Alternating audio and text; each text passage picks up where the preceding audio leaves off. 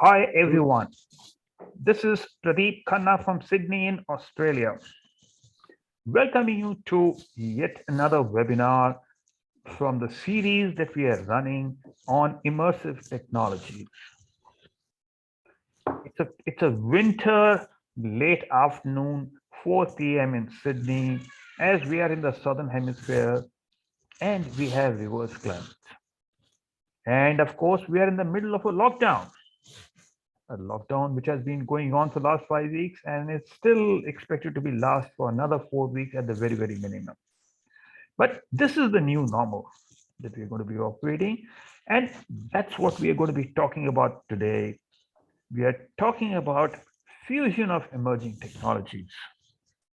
I've always said that it is the fusion of emerging technologies which has the highest impact on the way we live, learn, and work, rather than one single technology itself. And that is what we are going to discuss today. And it is all centered around immersive technology. When we look at immersive technologies, we have a simple AR app at one end and the metaverse at the other end. And in between, you've got various points, including virtual reality, augmented reality to a fullest extreme, digital twins, augmented virtuality, and so on and so forth. So, what exactly are digital twins and what is a metaverse? A digital twin is exactly what the word implies. It is an exact virtual replica of the physical object or a system. On the other hand, a metaverse is confluence, a new universe where the virtual and the real world exist together. And what do we do with such digital twins? Well, if we put them on top of the physical object, and when I say on top, it is figuratively, and we add some sensors to the real object, what do we get? We get data points. And once we get data points, then obviously we have the ability to leverage artificial intelligence, machine language, and so on and so forth. So by using the data points, we are able to not only monitor the current performance, but also forecast future performance. And this is where simulations come into play. Well, I could go on and on and on, but today I am delighted to present another VRRA member, Bob Sharon. Bob is based in Melbourne, whereas I am talking to you from Sydney. Bob is a well-known guru in IoT, in cybersecurity, and of course, digital twins. He's also the founder of a company called Blue IoT. He's a very passionate individual. I can say lots about him, but needless to say that he has very strong focuses on smart buildings, smart cities, and has been around for quite a few years and has been in leading positions both in industry as well as in various other forums in these emerging technologies. And by way of introduction about myself, I am the Executive Director Asia Pacific for VRARA. I'm also the Sydney President as well as one of the global co-chairs for education. I'm also the CEO of a company called Global Mindset, as well as an adjunct professor at a number of institutions across Australia, Asia, as well as on advisory boards, and so on and so forth. So a big welcome to you. This session is being brought to you by VRARA and Global Mindset. And with that, it's over to Bob. Bob, delighted to welcome you. And folks, can we give a big round of applause to Bob? And Bob, over to you. What can you tell us about digital twins? Well, thank you, Pradeep, for that very kind introduction, and much appreciated, although perhaps slightly embellished, but thank you anyway. And thank you to all of you for attending. I promise one thing, not to bore you. And we're going to go through a bunch of slides and some information and a live site tour in the process. And please reserve your questions. You might write them in on the chat box, or we can answer them afterwards. Hopefully we'll have time. I love tough questions. It's fun because we're dealing in an exciting industry, but it's also fun. I love it. So anyway, without any further ado, I will share my screen and we'll do that. And we are now sharing, and I will just bring up the presentation and I'll swap. There we go. So you should have a full screen. Pradeep, do we have a full screen? Absolutely, we have, Bob. Lovely. Thank you very much. Sometimes the wrong screen comes up and it wouldn't be very helpful. Yeah, maybe the digital twin at that time. Yeah, that's right. Basically, we're going to talk about smart buildings and cities, digital twins / triplets, VR, AR, the blue economy, IoT, a whole bunch of stuff, and how it all comes together. And yes, I love using the word stuff because I don't like to overcomplicate things. So let's go and have some fun. So the first fun we're going to have is looking at some terminologies, which I'm sure many of you would be totally familiar with. However, a lot of these are used in such a cliche manner that it is almost smoke and mirrors. So what do we mean by smart buildings? Almost everyone I know uses the term smart buildings. Well, what is smart?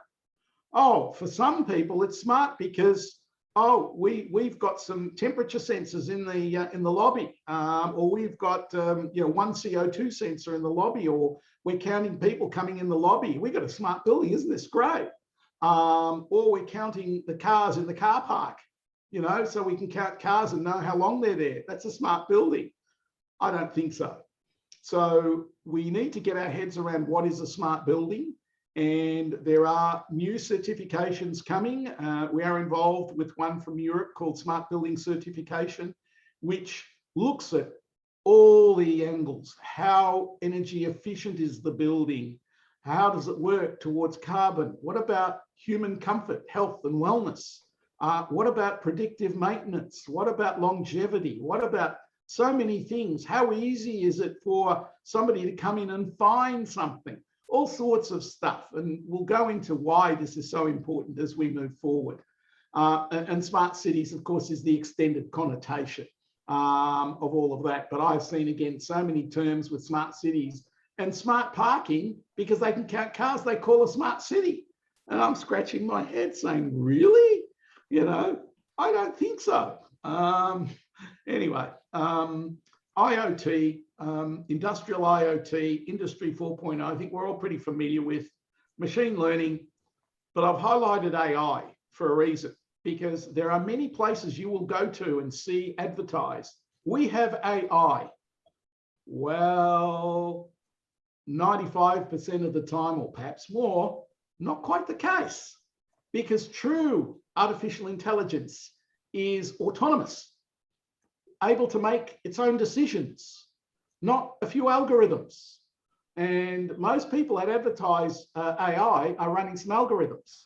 And that's all well and good, and that will come close towards machine learning, perhaps, which is a subset of AI, but true AI, I don't think so. So if you see claims where people talk about AI, I would investigate them very thoroughly. So what we're trying to get away from is this thing called smoke and mirrors.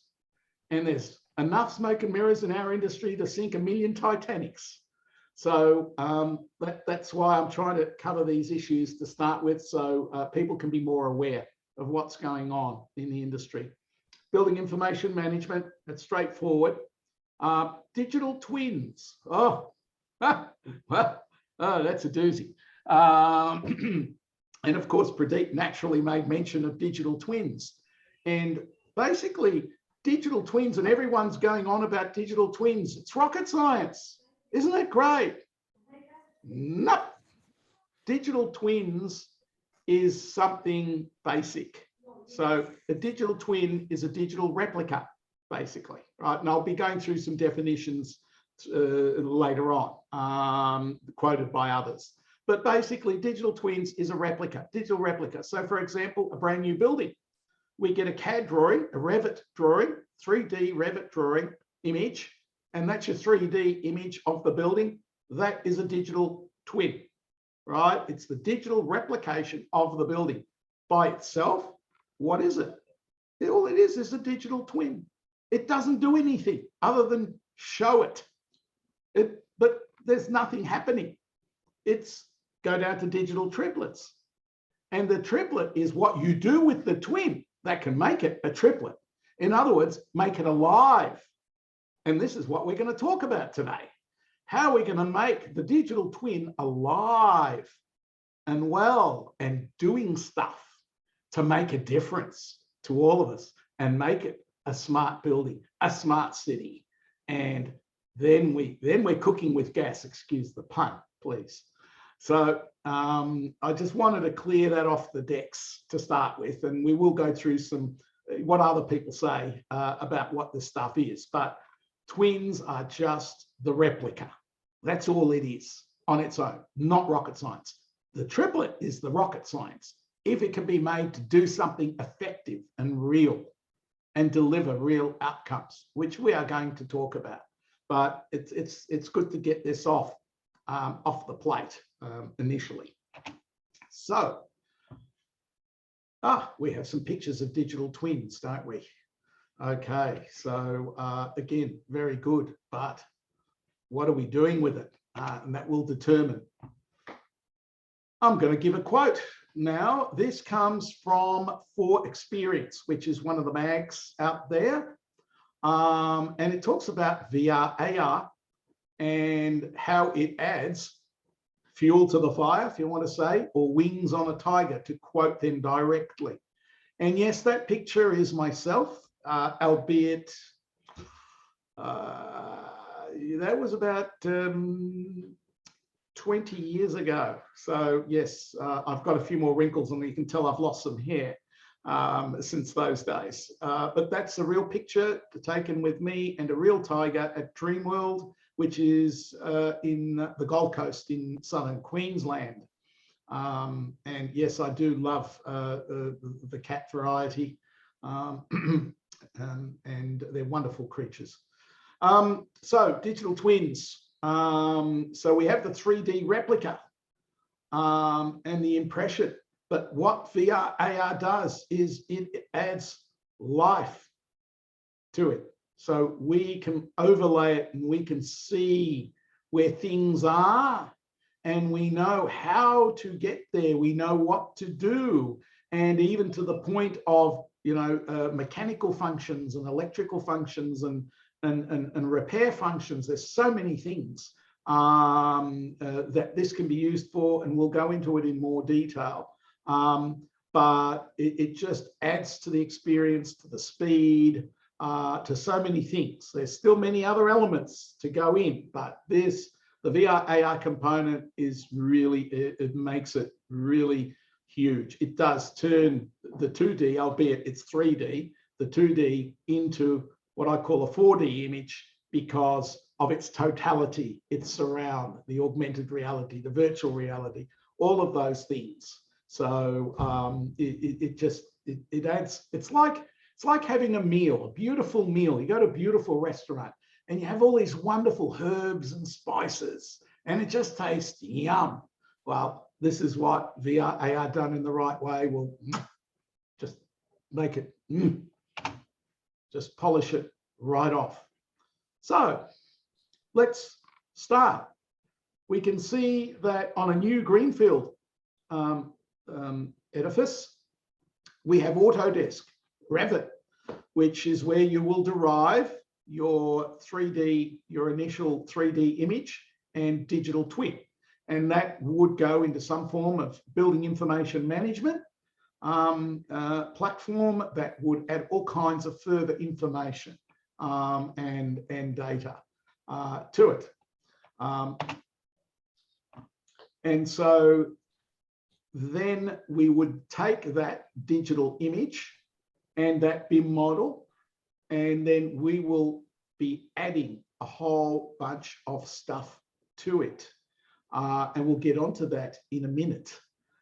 Here we have an existing model or an existing building, and we talk about LiDAR scans, which up to date have been quite expensive, but things are changing. And I believe that by next year, we, for the most part, will be able to do most existing retrofit buildings and replicate that and get full digital twins and triplets on those, which will really be a further game changer. And boy, oh boy, what we could do with that. Ooh. Oh. Anyway, excuse my lack of enthusiasm. Anyway, so what we're doing with the LiDAR scans, we're picking up all the data inside, outside. We also have data on the makeup of the building from the original specs and drawings. And so we're able to put together a full virtual model of this. So we're picking up the as-built drawings, we're picking up all the data, the LiDAR scans, and we're bringing it in to our virtual model in the cloud and wherever your cloud may be. And by the way, my recommendation on this, my background, by the way, is IT and data centers and cybersecurity. And my recommendation, if you're going into a data center, is that you preferably utilize a tier 4 data center, which is the highest level of uptime and gives you a greater level of comfort. And also that they are well protected. That may be on you, maybe on them, depending on who's doing what service. But if the data center is not sound where you are, that could be a problem. So that's just a basic thing. Or the data center operator may have multiple data centers mirrored, in which case you don't need tier 4, because if one disappears, goes offline, they're active to other data centers. That makes up for it. So you might have a bunch of tier 2 or tier 3 data centers. Anyway, I deviate. So what we have now is we have the model of brownfield, we have model of greenfield, we have the data ready for the building itself and how the building is made up. And that's very important, because what we then need to do is prepare to simulate what happens inside. So for example, what we want to do is computer modeling on the basis of, okay, it's 4 o'clock in the afternoon, it's summertime, sun is facing on that side of the building. We got, 1,500 people, of which 300 are on that side of the building. What's the HVAC loads going to be like? How about the lighting and the total electrical loads? And what would it be if we were going to change certain settings? And we drop the chilled water temperature by X and we change the dampers by Y.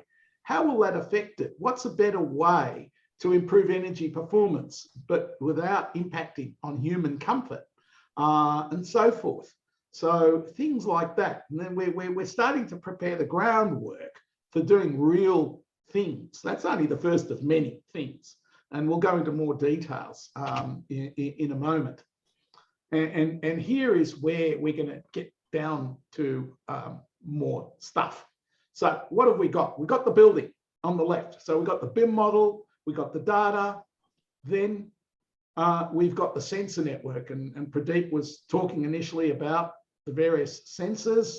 And there's probably, again, I exaggerate here, a gazillion types of sensors, but the more common ones that you would see are lux, light level sensors, temperature, humidity, CO2, TVOC for volatile organic compounds, and that could, again, specifically get into detecting mold, or in newer buildings, might be building materials and so forth, paints, other things, and then going to detecting high CO2 levels, being poor ventilation issues, a whole bunch of things like that, leak detection, and then we go into vibration sensors on pumps, on boilers, on pipes, on all sorts of things, even embedded into concrete slabs, right down to that level we can go.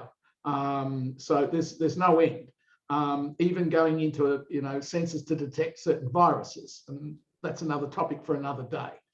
So we've got a whole network of sensors, some of which may be embedded, some of which are located around the building. And by the way, when we're dealing with IoT, there are various protocols that could be utilized. And we'll go into that a bit later as well. But it's fundamental that we make the right selections, and it depends, of course, on the use case that we go. And we've had a lot of experience in this in our own business, and we do lead the world in what we've done in that space. It is an important matter. So, okay, we've got sensors. That's great. We can pick stuff up. And that, by the way, includes not only water flows, gas, electricity, all the circuits, not just the mains or some sub-meters here and there, but we want to get as many circuits as we can, because if we know what's happening with individual power for each air handling unit, each pump, each floor of lighting, whatever it is, we can better manage. Because if we don't have the data, we can't manage what we don't know. We need the data. This is data driven. And so it's very fundamental to capture as much data as we can. It's valuable. It's all valuable. Even proximity of people, we can go right into that. Booking systems in meeting rooms, the whole lot. So we know we can switch things on when people are meeting in a meeting room, switch them off when they're not, so we don't waste energy. So, okay, we've got the data. We bring it to the cloud. And again, cybersecurity is another issue and another topic again. But at a high level, this is a big thing, a very big thing. We need cybersecurity. Ransomware is picking up and accelerating. It's really accelerating at an exponential rate. So we can't ignore this. So people who are lazy in this area, oh boy, I got a warning. It's not going to look very good. Okay, we're collecting data in the cloud. Now we're going to our analytics, machine learning, and AI when we implement AI. So with all the various machine learning algorithms, we can do a lot of things to make things effective, efficient, save energy, make things more comfortable, safer. So many things we can do. And there's all sorts of algorithms out there already as well. There's a lot of work being done in this space as we speak, and there's already a lot of stuff out there. Some works well, some doesn't, but over time we'll see a lot more, and this will improve. And then we will be getting AI, and AI will build. The bulk of AI, true AI at the moment, is being used for determining false positives and sorting them out. So any anomalies that we find in the data are real, and then we can look at that. So some organizations prefer to then automate that function, and they use the AI, get out the false positives, and then they're left with the real anomalies, and they pass the anomalies on. We prefer to use human data interpretation by domain experts to interpret those anomalies. And usually they're physical problems on site that need to be rectified. And that might fix up energy waste. It might fix up, an unplanned maintenance before it fails, all sorts of stuff. That's what this stuff, will lead us to as we find the anomalies. So in fact, these last two things here on the right are kind of interlinked. And so that's why you've got the equal sign here. So out of this and all the data, we do the predictive maintenance. We've got the analytics platform. We're picking up the anomalies and sorting out the false positives. And then we look at this and say, aha, okay, the data that shows, some things that can be automated is the vibration sensor on the pump showing that it's out of whack. But the basis of the vibration shows that, okay, we've got problems with the bearings. The bearings are failing. We've probably got about 3 to 6 months left on it. So we've got time to organise a planned maintenance instead of waiting for it to fall over and break. So what it means is we're saving a bunch of carbon footprint alone because we're not shutting everything down. It's a planned maintenance. We've only ordered the parts we need, some new bearings, gets put down under planned maintenance, and the pump will go for another 10 or 15 years because we haven't waited for the thing to blow up. So again, we're saving carbon footprint on manufacture, let alone, of course, on energy, because when the bearings are going, you're using a lot more energy. Your power factor's going down, the whole thing's falling over. So there's a whole lot of stuff in this that we can see. We do the what if analysis. So this description here says digital twin. It's not. It's a digital triplet, because in the triplet, what we are able to do is do the what if analysis. And that's what I was saying earlier. We're doing, what if we change this? What if we do this? How do we manage that? And we're able to do the live analysis, and then using AI, which we are not at the moment, we will be, will automate the process and do the updates. Because when you're running building automation from the cloud, you're able to do all this, and it's not done locally. And then we're able to send the commands down through the gateways and through to the various controllers on site and make changes and validate the changes, calibrate the digital triplet, and yep, okay, and we get the calibrations right, we continue to deliver savings. And then, of course, we build in the VR, AR into this, and we're going to see all sorts of interesting stuff. And so we have another little piece of architecture, I guess, that shows it in a more concrete manner. So on the bottom left, we see that we should be able to visualize whatever we're doing from any device anywhere. So on the bottom left, you want to see what's happening here or there or in that part of the building, or how do I get from point A to point B? How do I get to that particular store, that office on the 30th floor of building X in the city? And so then again, we should be able to apply VR, AR, even into a little phone and direct us to show us where do we go? How do we get there? And then from a facilities point of view, we know where the assets are. What happens if something breaks or something goes? We get the red light flashing. We know it's over there, and we can send a link into the order management system. The contractor comes out, they get their phone out or their iPad, and again, VR AR will direct them exactly to where they need to get to. And then even using the same, they'll get the goggles and they'll go into the switchboard and they'll be able to do all sorts of interesting stuff to remediate much faster than they were before. I'm probably jumping ahead of myself here, can't help myself. So we can see that on the bottom on the right, we got the smart buildings, the building management systems, the energy management, CCTV, security, all of that. And we're doing it via IoT. And by the way, IoT, my definition is simple. It's a bunch of stuff connected to each other over the internet. That's it. That's as simple as it gets. People love to overcomplicate it, but that's my definition. It's very powerful, but it's a simple definition.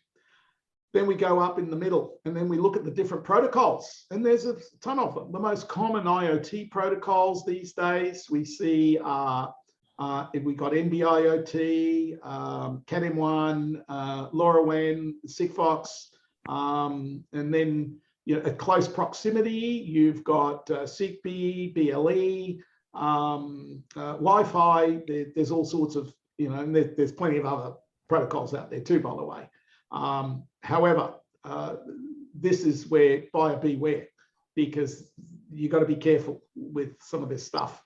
And that's another discussion for another day. I will go into this in a little bit more detail, but we spent a long time establishing what will be our base platform on communication. Do we want a SIM card in every single sensor? Do we want to be beholden to particular organizations? Well, anyway, that's a separate discussion. So then up the top, we got all the smarts, we got the apps, the visualization, the digital triplets, the basic twin, yes, but the triplet is what delivers the real guts of it, you know, the tail in the tiger, fuel in the tank, however you want to call it. All your databases, data lakes, whatever the case may be, and APIs. So we've got smooth interconnection, interoperability with various other applications, whether it be ERP, HR, asset management, CMMS, whatever the case may be, booking systems, whatever. We need to have interoperability, open APIs, open platform, so we can interconnect and collaborate. Otherwise, it gets very, very messy.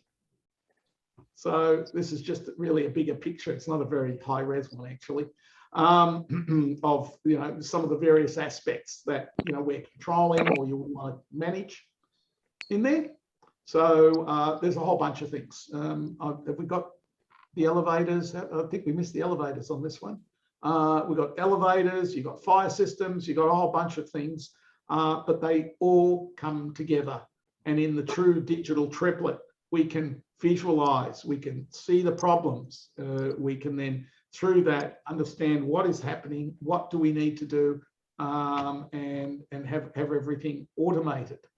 So now we are going to live. Okay, we're supposed to have the live thing. Here we go. Now, no, hold on, excuse me, let's go back. I'm supposed to go to a live session. So for some reason, my link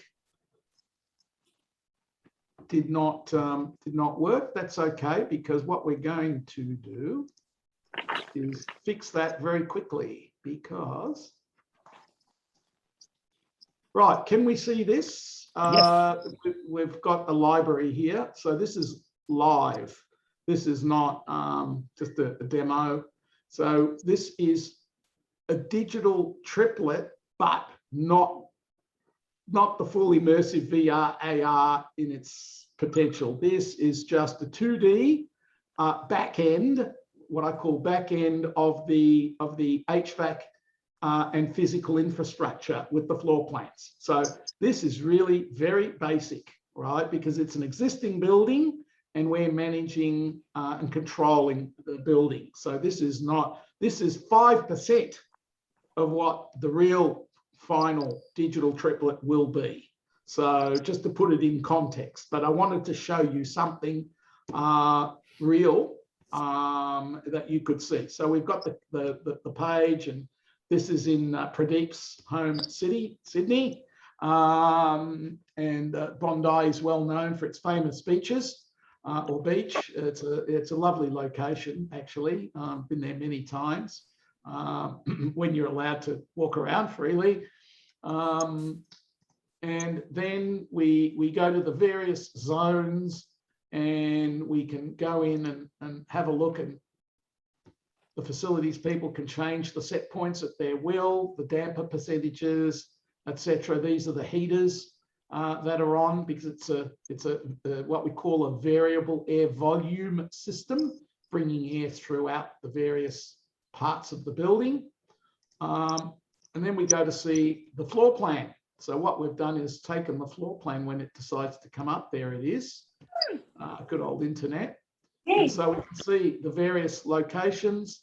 We can come up and we can see the temperatures. It's pretty stable in the rooms, in the various areas. So we can even go in and have a look and see a bit of the history. And if I wanted to, I could go in, for example, and do a date range. Oh, well, look, what's it been for the last week? And I can have a quick look, and I can see what's happened in the last week on demand whenever I like. So that gives me a good look, and we can see the various. Now, remember, the library is closed. That's why the temperatures are not high. So they've left them low, and the temperatures are not all that high because it's really not operating. So we can see how that's going. what I might do is bring you to a different one actually, because this one, yeah, the chiller's not operating obviously. And if I go to the energy component, normally they do about 1.2 megawatts a day is what they normally do. But we can see already we're late in the afternoon, it's only done 211 kilowatts. That's because kilowatt hours, that's because they're closed. So what I might do is bring up another one just for fun, that is operating, and we will go to, just bear with me 1 second. There it is. Okay, we'll bring this one up. Okay, here we go. There. That's a hotel. They're operating. This is in Melbourne. Our temperatures are not that crash hot at the moment. I think we're about 13 degrees, so it's nothing too flashy. Anyway, we might go to some of the rooms, and again, we can see what's happening with the zone temperature in here. So we're between 20 and 19.8, so it's pretty tight. So it seems to be holding. I wonder what the history of this room is like, just out of curiosity. So if I do a date range, and we went for 1 week. Okay, sounds like no one was checked in before the 30th. And then we had people check in on the 31st. That's what it looks like to me. Okay, interesting. Then if we wanted to, where are we? If we wanted to have a look here, we can see the supply air temperatures. We can even go to the valves and go into that. So it's quite interesting. Okay, this is the chiller. There is a little bit of power being used, and we can see, okay, it's just running at a flat rate at the moment, 49 kilowatts. And then we've got all the various components, which we can dig into at any time and have a look at the data, get the historical information and so forth. And then we go to the hot water plant, the boilers. So 7 boilers here, and they're busily working away, delivering water. We've got all the pressures, we've got all the information here that we need, and we can dig this up at any time. So constant temperature here, and field DP pressure, all sorts of things. And then we go into the power. So today we've used about 807 kilowatt hours, which is about right. We're normally getting between 1 megawatt, 1.1, 1.2 megawatts a day. So that's about right. And we've got the different components that we can see. Not a lot being used at the moment. They wouldn't have a high occupancy given we just came out of lockdown, what, a week and a half ago or something. So yeah, there won't be a lot. But anyway, that gives you a bit of a taste. And then we can go into some other things, but I just wanted to do a quick one for that. So we will escape this and come back to the presentation because we are limited on time. Ooh, we're over time, so I'm going to quickly go through. I've been taking my time. Let's go to the next one. We also see what we can do with CO2. If ventilation is very poor, we're going to go up to readings like this over 3,000. 1,000 is the safety limit. And that's where people fall asleep in meeting rooms or classrooms or whatever, and it's not healthy. And we need to be watching for this, and we need to remediate this. And this one is for mold, dust, well, mold in this case, and also other volatile organic compounds. And so we can see what all this looks like. So quickly, future IoT, what does it say about digital twins and VR, AR? Well, we can see that we're connecting physical assets, but then we're able to use VR, AR to automate and see and do and connect. I know that's my interpretation. Everyone's capable of reading the actual definition here. But basically, we get feedback.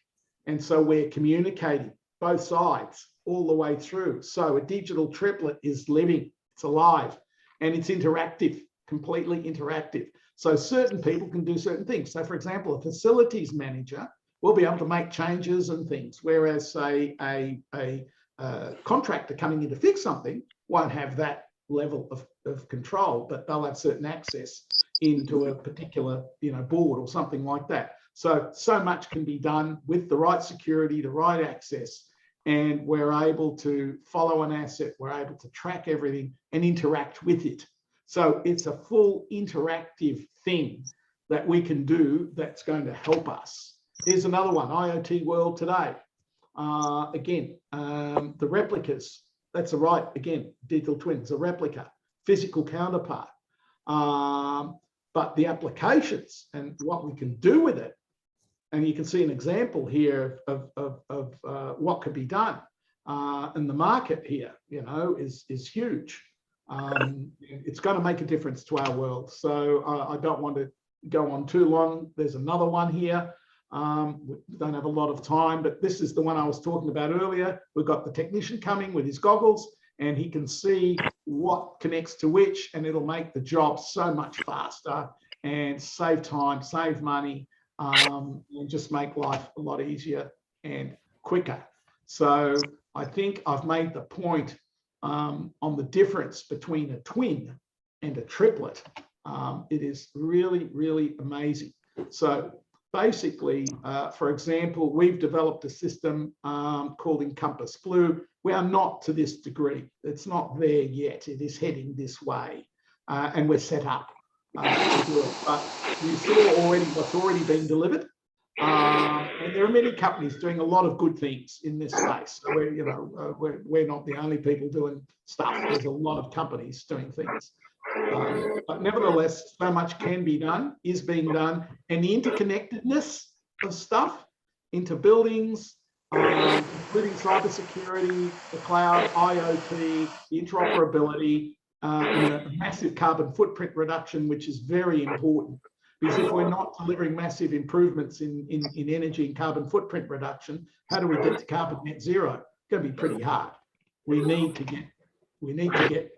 And as Kevin Mitnick said, we're only as good as our weakest link. So basically, if you've got your front end all beautifully locked up with firewalls and everything, but someone gets in through a temperature sensor, like they did at the casino in Nevada, the famous fish tank case, or Target USA, it's going to cost a lot of money, and we need to avoid those things. So I'm just going to quickly go through. LoRawan is our preferred option. It's a long-range wide area network, 915 megahertz, and it's great. It's long range, up to 10K in line of sight.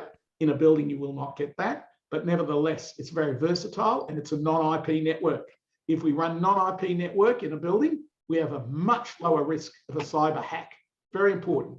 So finally, benefits for all. And this is the deal. What do we get out of it? We're going to get much increased asset life and longevity. We're going to get much better health and wellness. And we're going to increase our asset values, our yields, higher neighbours ratings, lower costs, better well ratings, and much lower carbon footprint, in fact, carbon net zero, a whole bunch of other wonderful things. And one last slide is a case study we have where we save 64% of gas megajoules and 46% of total electricity year on year running such a system. And without replacing HVAC infrastructure, I might add, which was very old. So that's it. I think I've gone a bit over time. Thank you very much. And now perhaps we can get into Q&A if we have any time, Pradeep. I don't know. Yes. Thank you very much, Bob. And there have been some very, very interesting questions which have been coming up. And let me kind of go into the chat session and read those. You see, the first important one is from David Jackson. He says, how do you model the most important and complex data? like the electrical connections, communications, etc.? Or is that data just lying in old drawings? Okay, there's two parts to this. If we're running a full digital triplet, then we will have all the drawings. But then the drawings, which when I say drawings, it's all on 3D. Problem is, on a new building, what happens is the final as built for the building quite often is not the same as what was drawn up or what was planned. And this is the interesting part. Much worse for older buildings, then it's a disaster. So what we do, for example, is we just check that, you know, this connection is working with that connection, and this is controlling that and doing what it should. So that's how we overcome it. As we commission, we test, we check, we verify, and we do. However, having said that, we do look at the plans. We have to go through the wiring, and we're getting a bit stricter in the way we implement. So what we're looking to do is check wiring diagrams, make sure we've got the right ones. And in a lot of legacy buildings, you don't get this. Yes, so therefore, Bob, so in summary, what we are saying is that there's a difference between a greenfield project and a brownfield project. Yeah. And there is ability to carry the data forward in a greenfield project, but there are limitations in terms of a brownfield project because sometimes the legacy may not allow that kind of a thing. Fair enough. Now, another one is from Rohit. He's saying, what is the difference between, data center infrastructure management and digital triplets? Okay, yeah. Actually, that's a good question. Coming from the data center space myself, basically have different levels of triplets. So, for example, the one I showed was a more crude version, right? In other words, we didn't have the beautiful 3D image of the inside and the plant room and all the spaces. That's the full deal. That's what it should be in its entirety. And we will get to this for existing buildings. For new buildings, there's no excuse. We have to have this. So with DSIM, I've seen different DSIM packages, and some of them do. They are. But they vary in their capabilities. I've seen a number of DSIM products, and some of them emulate in real time very well, especially once you add, once you're able to do the simulations in real time and look where the hot air is and the cold air and all the hot spots in real time, rather than doing a one-off, and then modulating and controlling in real time. That's the ultimate. Plus the real visual, not just, we have a graphic representation in most DSIM. So you'll have like racks, all the racks in line, and that's a graphical representation. So we're on the way. That is a digital triplet because you're using that in order to demonstrate, to control, to manage. So some of them get to the status of digital triplets, yes. But the ultimate version is that which you'll do your LiDAR scan inside and you'll get the absolute exact replica rather than the drawn up replica. And that will be the ultimate one where you have the full control and you've got your temperatures in every rack and all the data. But you're right. In other words, Bob, would it be correct to say that there are various levels of sophistication of the digital triplets? At the very basic level, they could just be simple, pure infrastructure management, and then going on to highly complex versions on top. Fabulous. Now, I can see an interesting discussion between Akshay and Tim. And they say that they would have preferred to see this in VR, AR, because this seemed more like a 2D version of the triplet. So to that, my response would be, you see that folks, both Tim as well as Akshay, this is a series that we are presenting. And this is more at a conceptual level, and later down as we present the next one, We will obviously be going down that particular path, but I will also get Bob to answer this question in terms of, what we showed was more like a 2D, and how do we, people would really want to see, the AR, VR kind of. Okay, in order to get the VR, AR, and this again goes with the same with the DSIM, we really need to do the full LiDAR scans inside of an existing facility. That's if it's existing, and then build that into the DSIM, and we'll give you a full 3D DSIM in its entirety, provided you've got the data, everything connected correctly. That'll be the ultimate DSIM, and including the plant rooms. It's fundamental, all the piping, everything. Want the whole lot scanned in.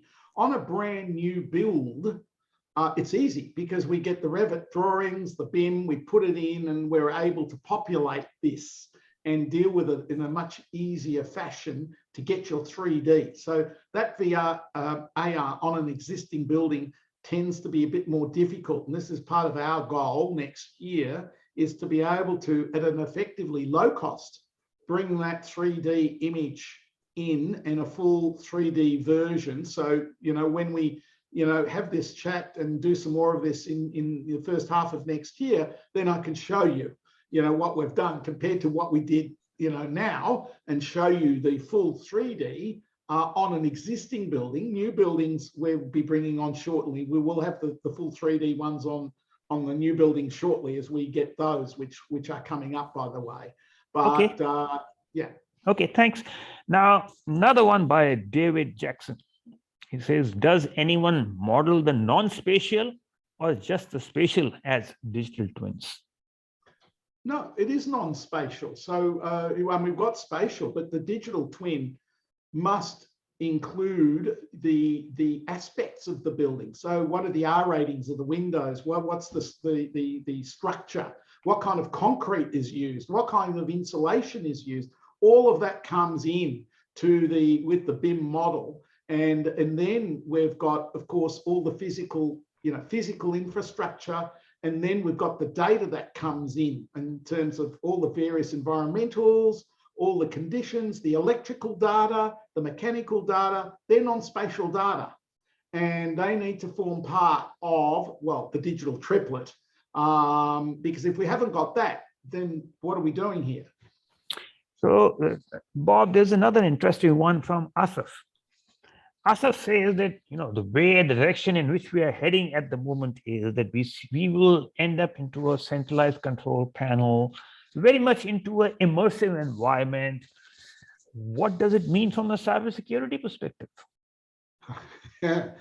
Again, good question. And it means that we need to be well protected, and we need to reduce risk.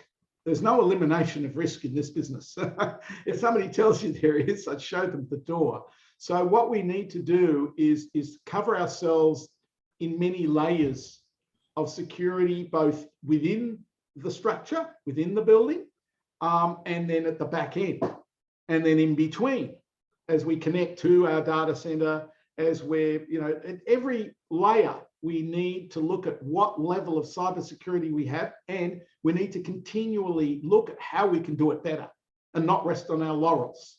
So if we don't do that, yeah, it will be a big problem, big problem. So that's a good question. So now then there are some interesting ones, which are coming up in regard to modeling expensive drawings. And what they are talking about is,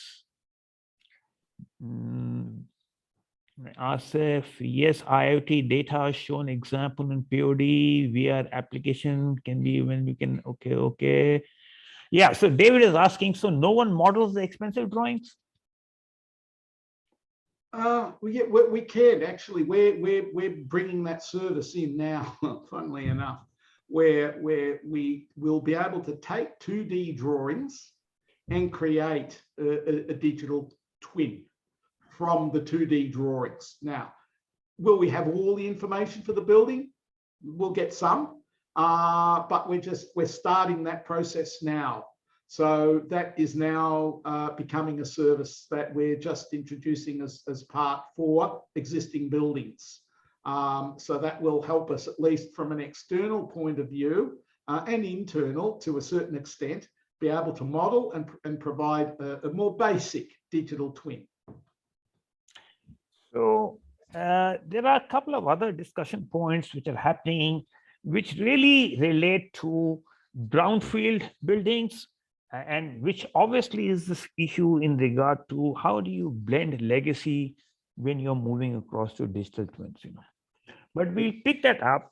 And another point is that the next session in the series, we have to pick up more on the VR AR side, because some of the audience, and rightly so, are expecting that level of discussion where, you see, because in a sense, what we are doing is that by creating a digital twin, you're creating a virtual environment, which gives you the ability to, simulate various conditions. It's basically try before you buy kind of a scenario. Correct. Now, Correct. One question which comes to my mind is that what about the 5G aspect? Do you see 5G having a significant impact? It's a good question. There's all sorts of things happening, and I don't want to be the master of prediction here because there are so many permutations and combinations. But having said that, one of the disadvantages of 5G and 4G alike, where we might leverage 5G, NB-IoT, Cat-M1, which will come off that because they're subsets of the 5G, would be that you need a SIM card in every single sensor. So imagine I've got a new building and I've got 10,000 sensors. It'd be a big building, but nevertheless, I've got 10,000 sensors with 10,000 SIM cards, or hopefully, well, we're going to move to eSIMs, but still, then you're beholden to a supplier, and you're going to pay them, at the moment, rates are quite high. So you might end up paying $4 or $5 or $3 per SIM per month, on top of charges that other companies will charge to deliver a service. So it becomes quite untenable and uneconomic. I believe over time that will improve, but in the next few years, the next 2 to 3 years, I think that the telcos are trying to, take us a little bit.